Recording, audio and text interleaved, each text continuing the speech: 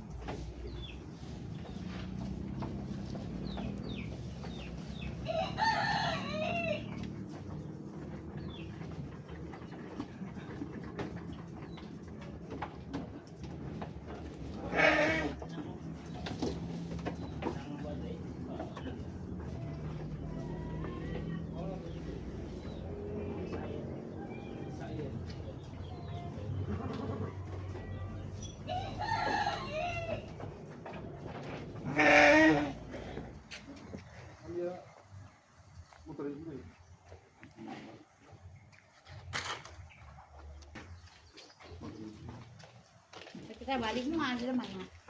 Aja itu naon kada we.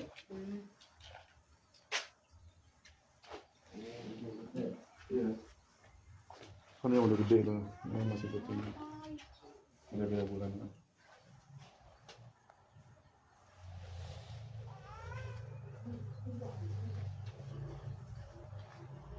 Kayaknya habis ngeluarin telur deh. Telurnya ya, ini kan di tumpukan ini. Taruh di sana Pak. Nanti dia betul kayak putih-putih gitu kan. Nah baru ditaruh di ember-ember, dikasih apa insek cairan telur itu nempel di kayu. Ini kayak dulu nih, jadi taruh di sini.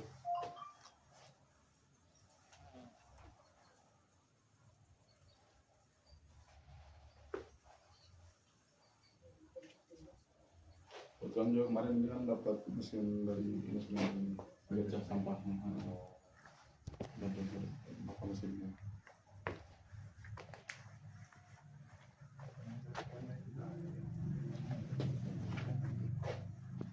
Kemarin sih emang kerja sama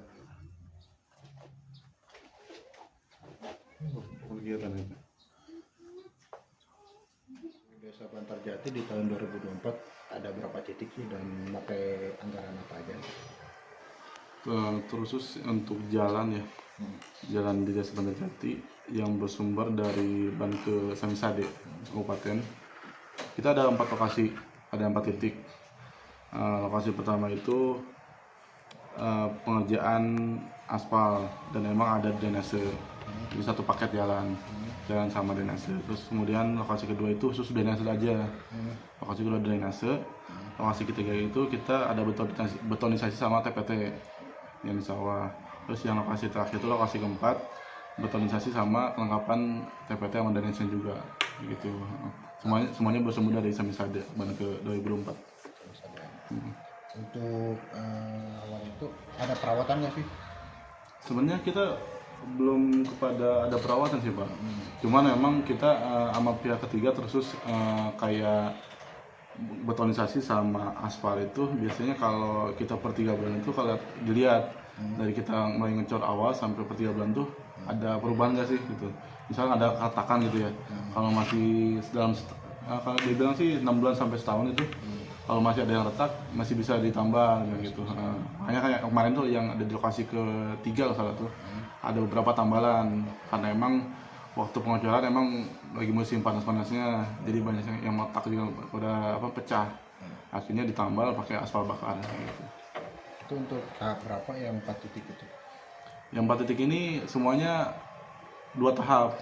2 tahap. Jadi emang tahap pertama kan sesuai aturan dari Ban ke kabupaten dibagi 2 tahap. Tahap pertama 60%, tahap kedua 40%. Untuk saat ini udah selesai. Kalau volume sendiri itu gimana Pak? Kalau volumenya beda-beda ya. Iya. Kalau yang pertama itu untuk hot mixnya kita 182 meter, lebarnya 2 meter. Terus kemudian drainasenya kita 136 meteran. Itu yang lokasi pertama. Lokasi keduanya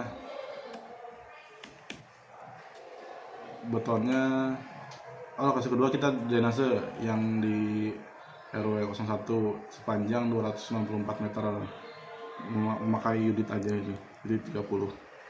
Terus lokasi ketiga betonisasi sepanjang 322 meter dengan TPT-nya 100 meter. Terakhir lokasi keempat betonisasi sepanjang 521 meter dengan TPT-nya 40 meter dan drainasenya sepanjang 200 meter.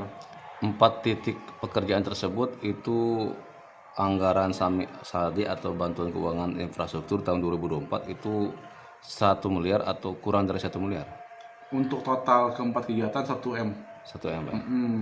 Empat total kegiatan, karena emang kan usulan maksimal kan 1 M ya.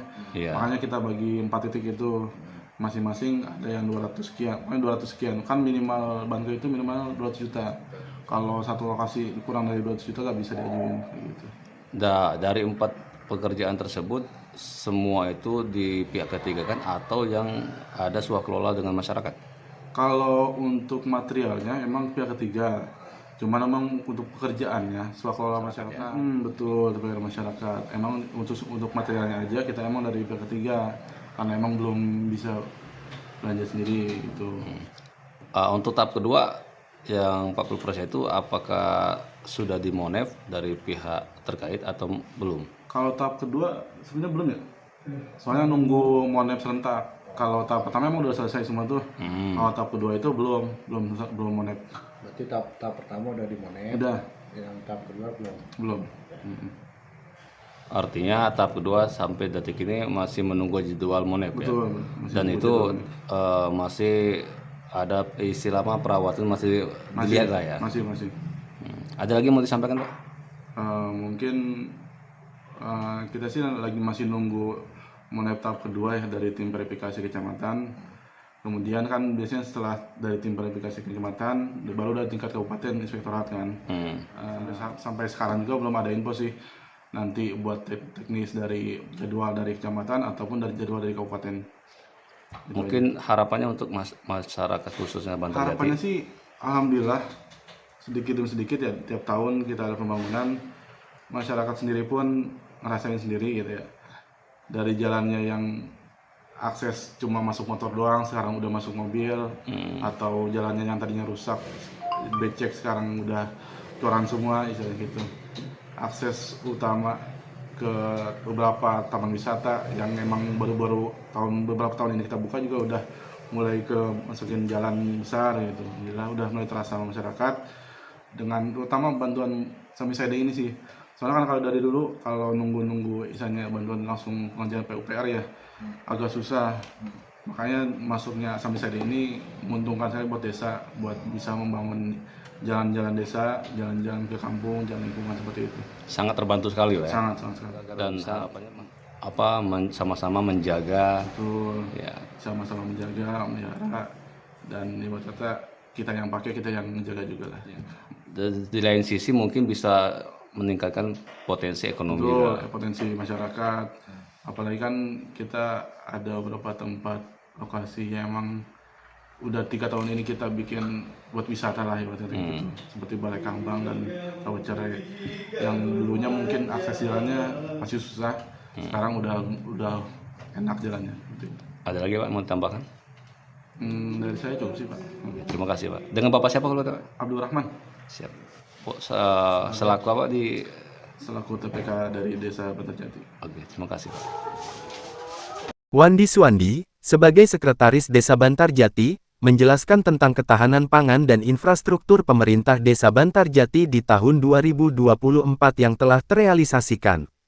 Untuk ketahanan pangan ada 2 jenis dan untuk infrastruktur ada 4 titik sudah dijalankan di tahun 2024 kemarin, kata Sekdes Bantar Jati, Wandi Suwandi saat dikonfirmasi langsung di kantornya, Kamis tanggal 23 Januari tahun 2025.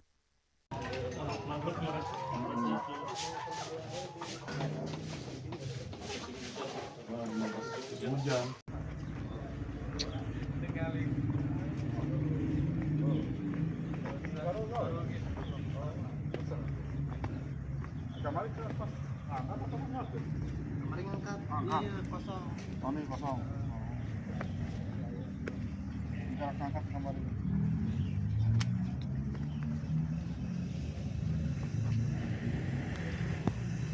pulang.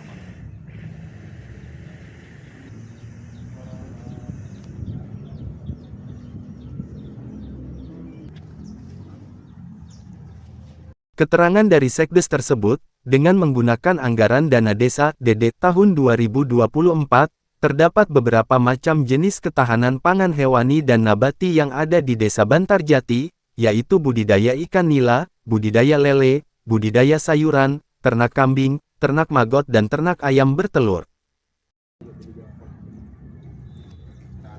Ketahanan pangan dan infrastruktur pemerintah desa di tahun 2024 ada berapa macam sih?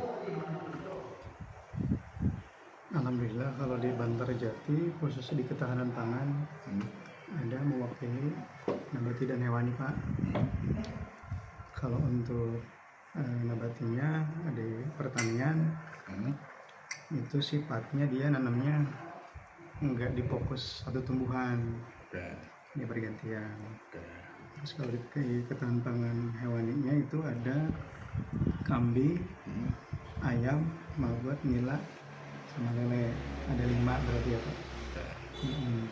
Kemudian untuk Samsadi 2024-nya kita tersebar ada 4 titik kegiatan, di mana itu ada di betonisasi RW 02, kemudian drainase di RW 3, kemudian drainase RW 1 dan betonisasi RW 03 ya. Itu dengan anggaran Samisade. Anggaran Samisade untuk infrastrukturnya. Dan ada lagi nggak untuk infrastrukturnya dengan menggunakan anggaran yang lain gitu? Untuk gitu. Kalau itu saya kurang kurang ingat. Kalau dari dana desa itu kalau tidak salah satunya ada SAB. SAB. Ada SAB dari dana desa. Itu betonisasi atau Sarana air bersih. Oh, sarana Sumur bor ya. Rapat ya rapat. Oke. Untuk ketahanan pangan berarti kan ada 2 macam nih. Satu peternakan, Ya. kedua perkebunan ya. Pertanian. Pertanian. Nah, untuk infrastruktur berarti satu pakai dana Samisade ada berapa titik kan? Ada 4. 4 titik. Ada 4 titik dari Samisade. Untuk Dede pun ada beberapa, bukan hanya 1. Cuma saya nggak ingat, harus lihat data. Kebetulan sebab. Kalau tadi izin Pak, kalau tadi ketahanan pangan ada kambing ya? Kambing ya. Ya, itu berapa banyak itu untuk ketahanan pangannya, jumlah kambingnya? Kalau tidak salah sekitar berapa ya? Di bawah 100 lah kalau nggak salah Kambing. Jumlahnya. Terus kalau untuk tadi ada peternakan ikan juga ya? Ternakan ikan ya. Nah, itu ikan itu ada berapa besaran jumlahnya? Untuk benihnya kurang lebih 200 atau 500-an Pak. Dan itu sempat dilaunching pada saat bulan berapa ya? November atau Desember 2024 kemarin ya? 2024 kemarin. Alhamdulillah dihadiri oleh camat yang diwakili kasih pemberdayaan. Kalau untuk tadi itu melibatkan berapa banyak petani? Kalau untuk pertaniannya, untuk berapa petani jumlahnya, karena rata-rata di kita itu baru ya Pak. Ya. Rata-rata kan yang sudah berjalan pasti kita kasih anggaran rata-rata gak mau Pak. Ya. Karena kan di akhirnya harus diiniin sama BUMDes. Mereka kebanyakan gak mau dibagi hasil dengan BUMDes. Jadi semuanya bisa dibilang petani baru semua. Baru semua. Jadi pertanian apa tadi tanam ikan ya, ikan juga, terus ya. Kambing, terus tadi ada ayam juga. Ayam. Nah, untuk ayam itu berapa jumlahnya Pak? Kalau ayam itu kalau tidak salah 100 kalau tidak salah. Penggemukan itu ya, bukan atau peteluran? Telur. Telurannya. sampai sekarang masih jalan. Kemarin kita dapat informasi, alhamdulillah, dari hasil program sudah bisa produksi kurang lebih sekitar 20-an lah ya, 20-an telur per hari. Per hari sudah bisa menghasilkan 20 ya. telur ya. Ya. Ya anggaplah sekilo lebih sedikit ya. Oh, Itu dari hasil ketahanan pangan Pak ya, program ketahanan pangan Pak ya. Ya. Yang terlibat dalam pengelolaan ternak ayam itu warga atau seperti apa Pak? Warga langsung Pak. Warga langsung. Warga langsung. Dalam bentuk ini perkumpulan dari berapa warga gitu ya? Iya, perkumpulan dari beberapa warga. Nah, untuk selanjutnya di tahun 2025 ini kan berarti kan masih ada nih ketahanan panganannya. Masih ada betul. Untuk perkebunan dan peternakan. Berarti bakal dilanjutkan lagi atau enggak untuk di tahun 2025 ini ketahanan pangan? Untuk anggaran ketahanan pangan masih kita anggarkan karena wajib ya. Cuman kaitannya kita melanjutkan kelompok yang sudah ada atau yang baru, nah kita masih meraba-raba. Kemarin arahan dari Pak Kadesnya pun kita untuk sekarang kan sistemnya harus online ya, AKB-nya serba online. Kemarin kita mau verifikasi tahap verifikasi PRDES-nya itu direvisi dan itu fokus di sapi, jadi kemungkinan bikin baru kelompok lagi. Artinya anggaran 2025 ini akan mencoba untuk membuat ketahanan pangan yang belum ada ya. Yang belum ada. Yang ada pun yang sudah ada mungkin dikembangkan ya. Dikembangkan. Memang arahannya seperti itu Pak. Untuk yang sudah berjalan dikembangkan, syukur-syukur bisa bikin plasma baru gitu.